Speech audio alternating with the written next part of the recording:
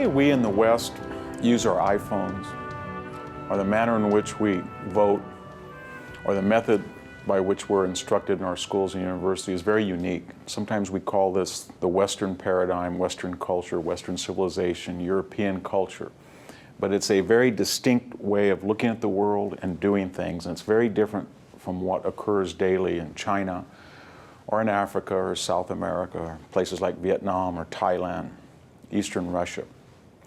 Lately being the last 30 or 40 years, people have objected to this notion of a Western exceptionalism, and they suggested that the Western paradigm, the way in which we conduct our lives in the United States, is really a multicultural one.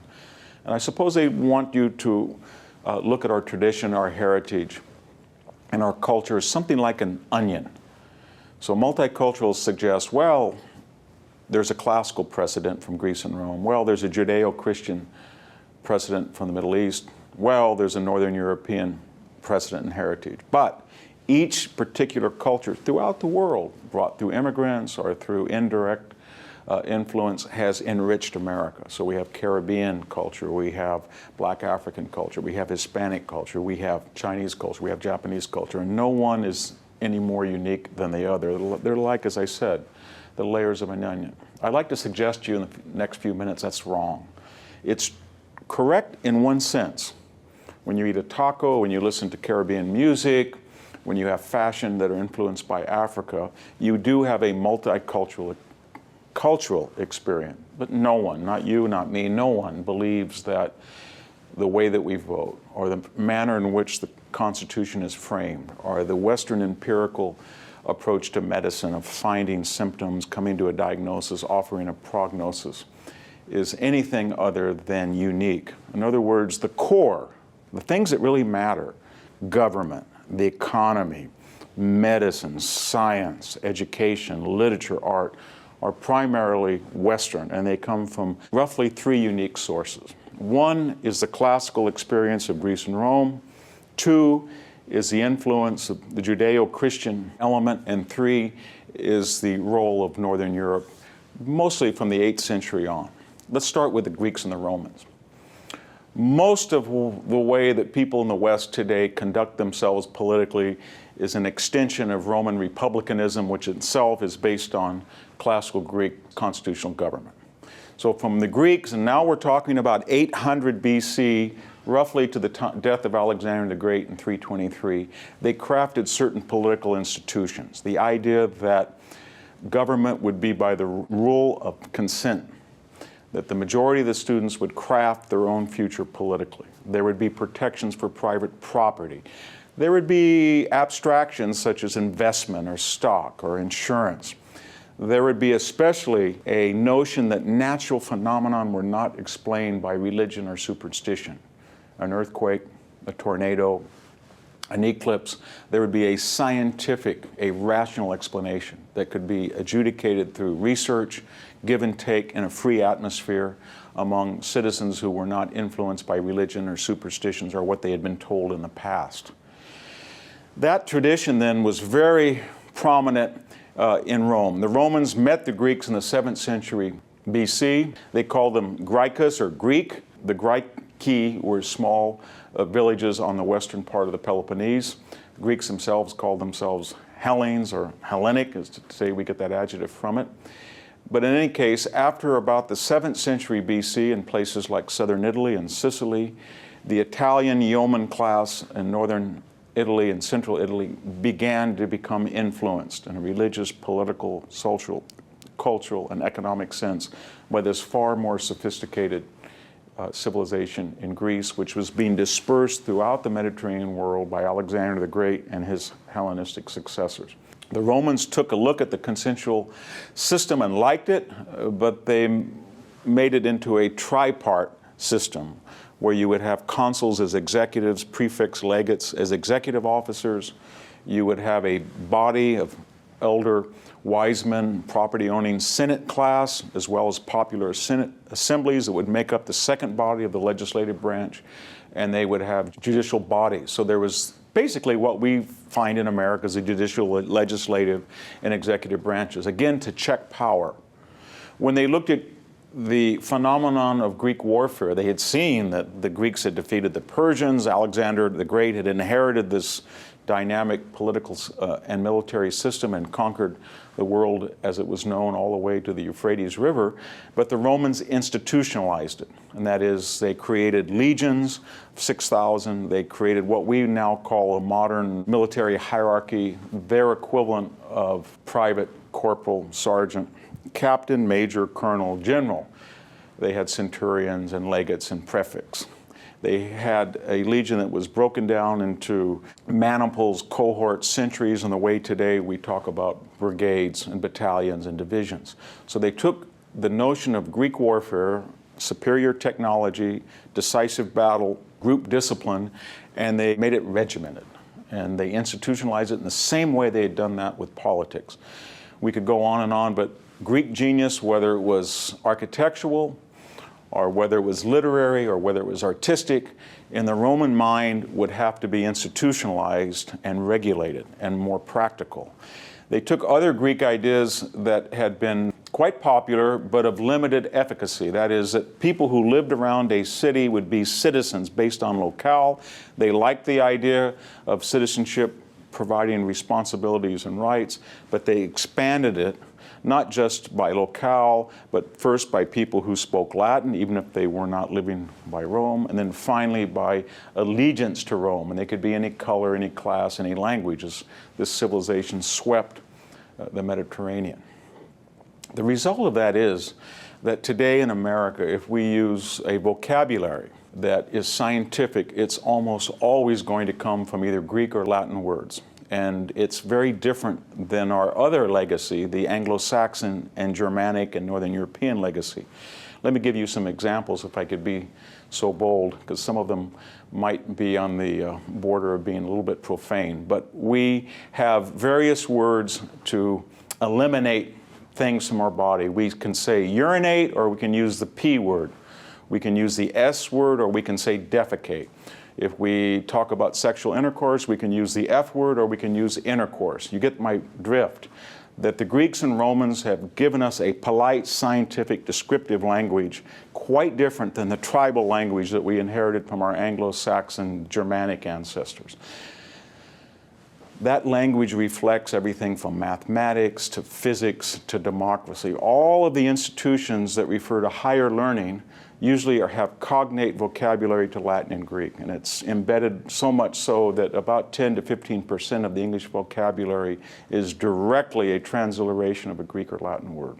This Roman system then, being far more institutionalized and practical, succeeded where the Greeks had not. They were able to take constitutional government and market-based economies and the scientific rational tradition and an emphasis on individualism and spread it far beyond the Greek-speaking world, so that by the 1st century A.D., the time of Augustus, who died in 14 A.D., this system was essentially from the Atlantic Ocean to the Tigris and Euphrates, and from northern England all the way to the Sahara Desert. And within these boundaries, there was a common language of Latin, and there was a common government, constitutional government, that became the Principate, and there were common architectural, literary, artistic, scientific, industrial methods of doing things based on the scientific principle, based on the free expression of ideas, more or less, because after all, you could offend the emperor, as some people as varied as Tacitus or Petronius did.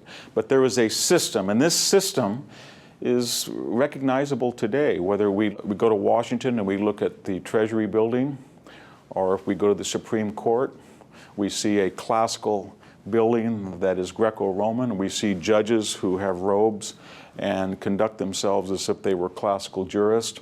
And we see a process where evidence in a legal proceeding is going to be adjudicated by reason rather than money or bribes or religion.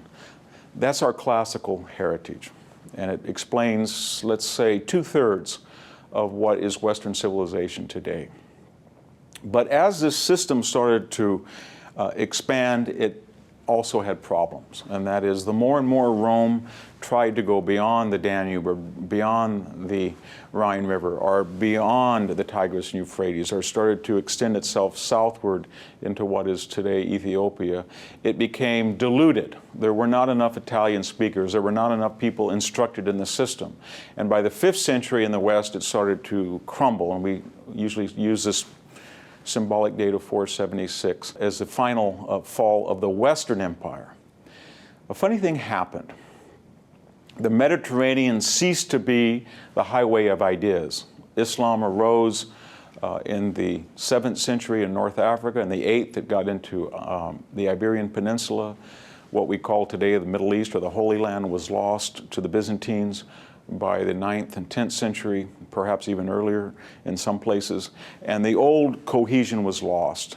And the focus of this classical system was bifurcated. There was an island surrounded by alternative systems, a Persian system, the Caliphate, and soon to be the Ottoman system that isolated Byzantine culture, so that each century it began to lose territory and influence in the Balkans and North Africa and Egypt and Anatolia.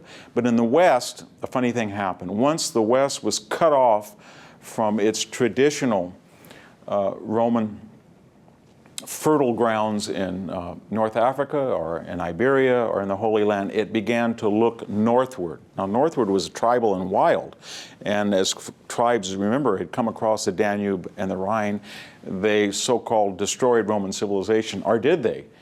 They more or less assimilated themselves into it, they diluted themselves into it, but more importantly, whatever the it was no longer to be defined as anything eastward or southward in the Mediterranean. They only had one place to go, and that was northward.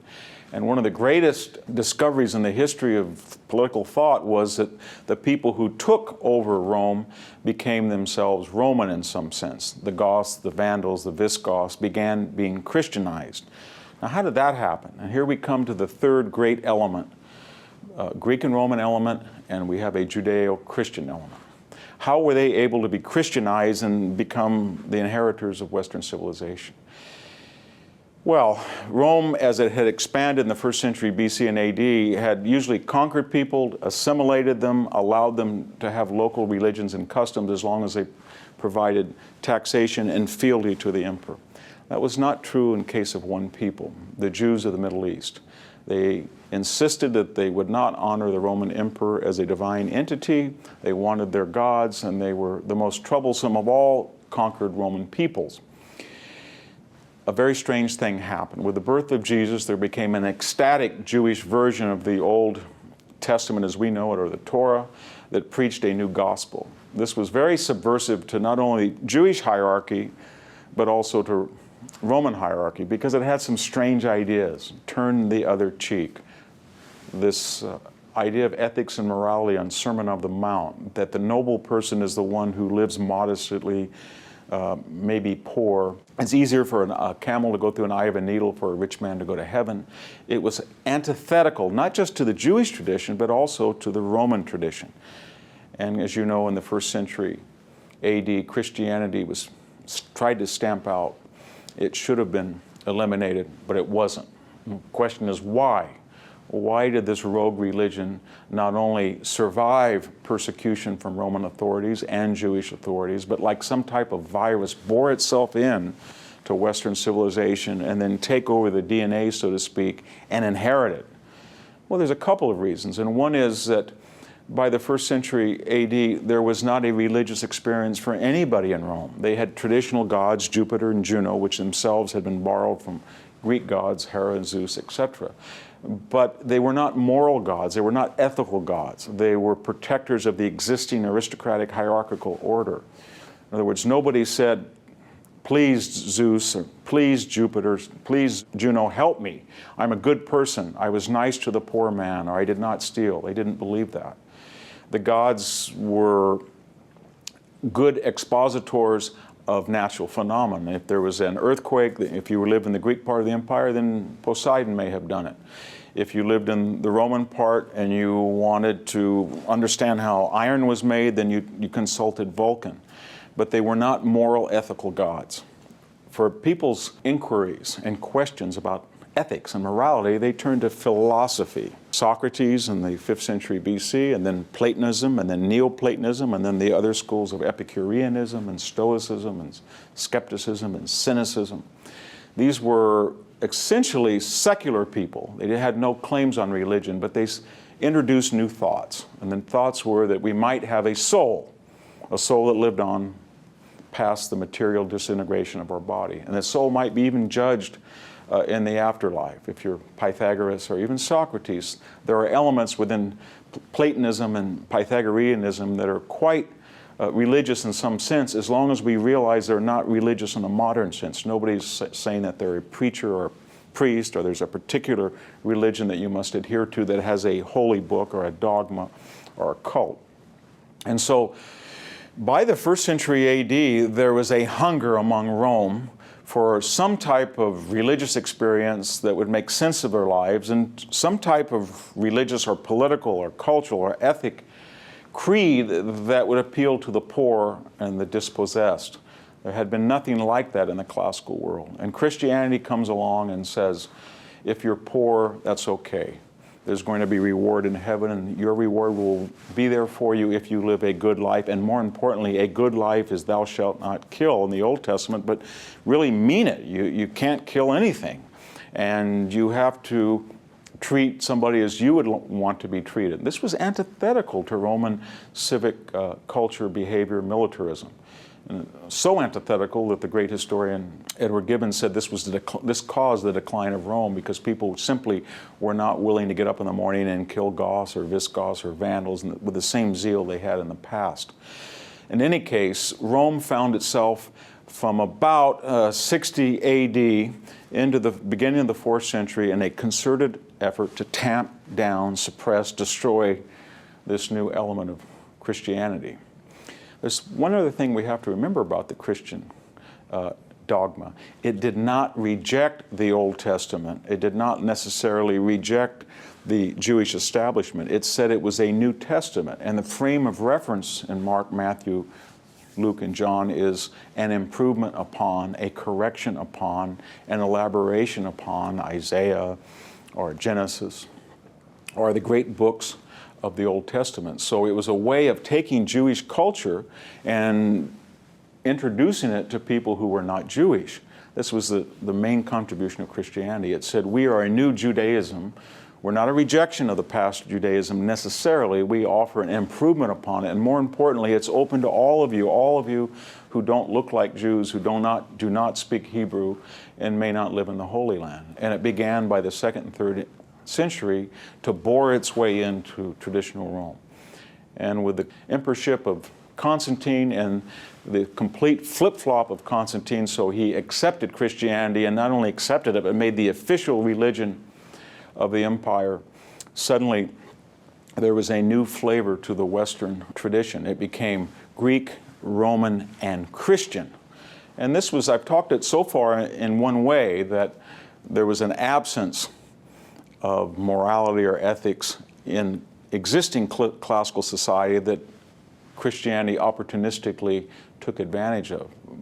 But the osmosis was two ways, because this was an ecstatic religion in the Middle East by somebody named Jesus, who was an itinerant preacher, if you will. There was not a sophisticated body of law. There were not churches. There were not basilicas. There were not answers to questions people had. After the death of Jesus, people would say, well, my son died and he was not baptized. Where does he go?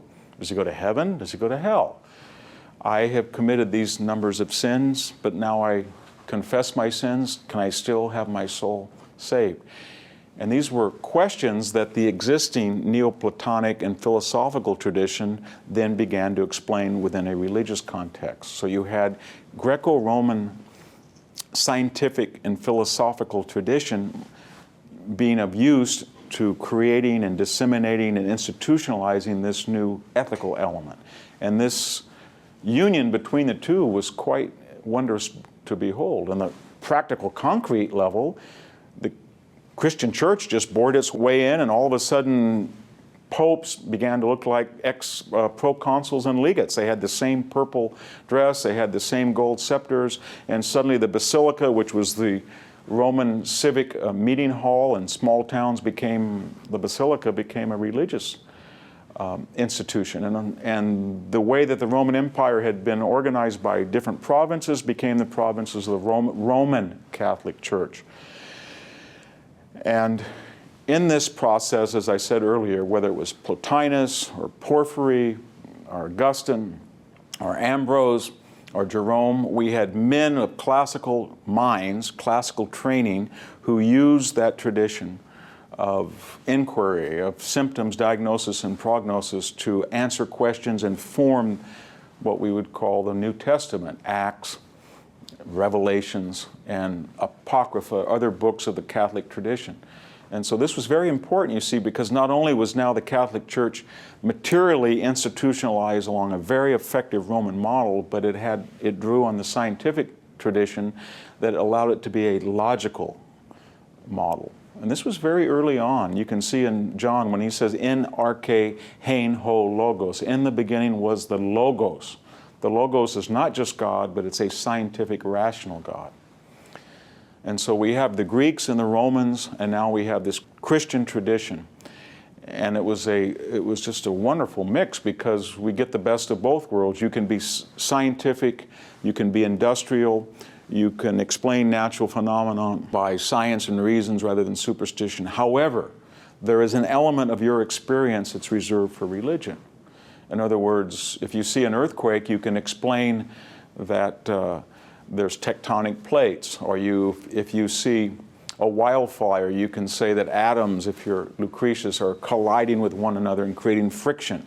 And it wasn't just Zeus or Jupiter throwing down a thunderball that starts the conflagration. However, you can't explain why this mountain goes up in flames and this valley doesn't. That's something that requires faith and belief in God.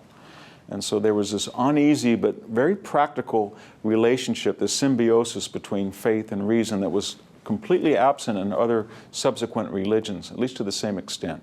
And so by 500 AD, Western civilization is fully Christian, it's fully Hellenic, and it's Roman. And it starts to break down in the West and disperse into Northern Europe. Now, in some sense, you could argue that the shaggy, bearded Germans and the people with cow horns in Scandinavia and the Celts or the Britons contributed very little because, after all, in comparison to classical Mediterranean peoples, they were very unsophisticated. But they did have tribal customs that were somewhat different. One was that this notion of what the Germans called Freiheit, freedom, and it was partly a matter of demography and space. There were very few people in Northern Europe and a lot of space compared to Italy or Greece. But nevertheless, they introduced an idea that the individual was born with a natural notion of freedom that expanded on the constitutional abstract notion in the classical society. They also had a strong notion of private property, cattle, land, and contractual law. So as the Roman system began to disperse and to collapse, around 600 or 700, it began to be refashioned by Charles Martel, Charlemagne, the Holy Roman Empire, that took these concepts of constitutional government and free market and added the notion of the freedom of the individual and things like contract, put a greater emphasis. And we see throughout this Northern European enrichment layers upon layers of elaboration, adornment to the original Christian, Greek, and Roman model. I'll give you 3 examples. One is the great idea of a Renaissance in 15th century Italy and also in Northern Europe, the idea that you could go back and directly converse with the Greeks and Romans and return to realistic portraiture, paintings that look as if your eye had seen them, unambiguously realistic, a emulation, if you're Petrarch, of classical literature, or Machiavelli of classical constitutionalism.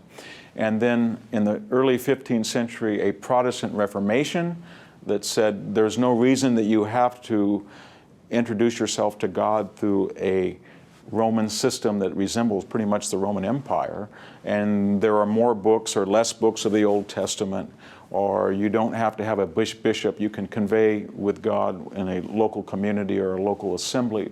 So we had this distinct bifurcation between Christianity between Roman Catholicism, Protestantism, and Orthodoxy too in the East.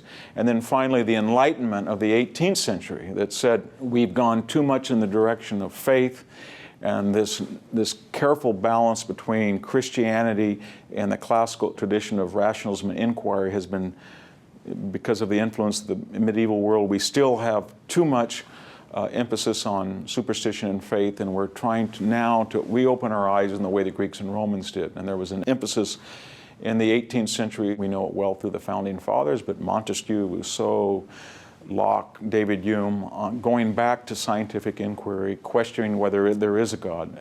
And so what is Western civilization today? It's the classical culture of Greece and Rome. It's the merging of a Judeo-Christian religion in the 2nd to 5th century. It's the absorption of this model into once wild and tribal Europe, where the focus of Western civilization left the Mediterranean and moved northward.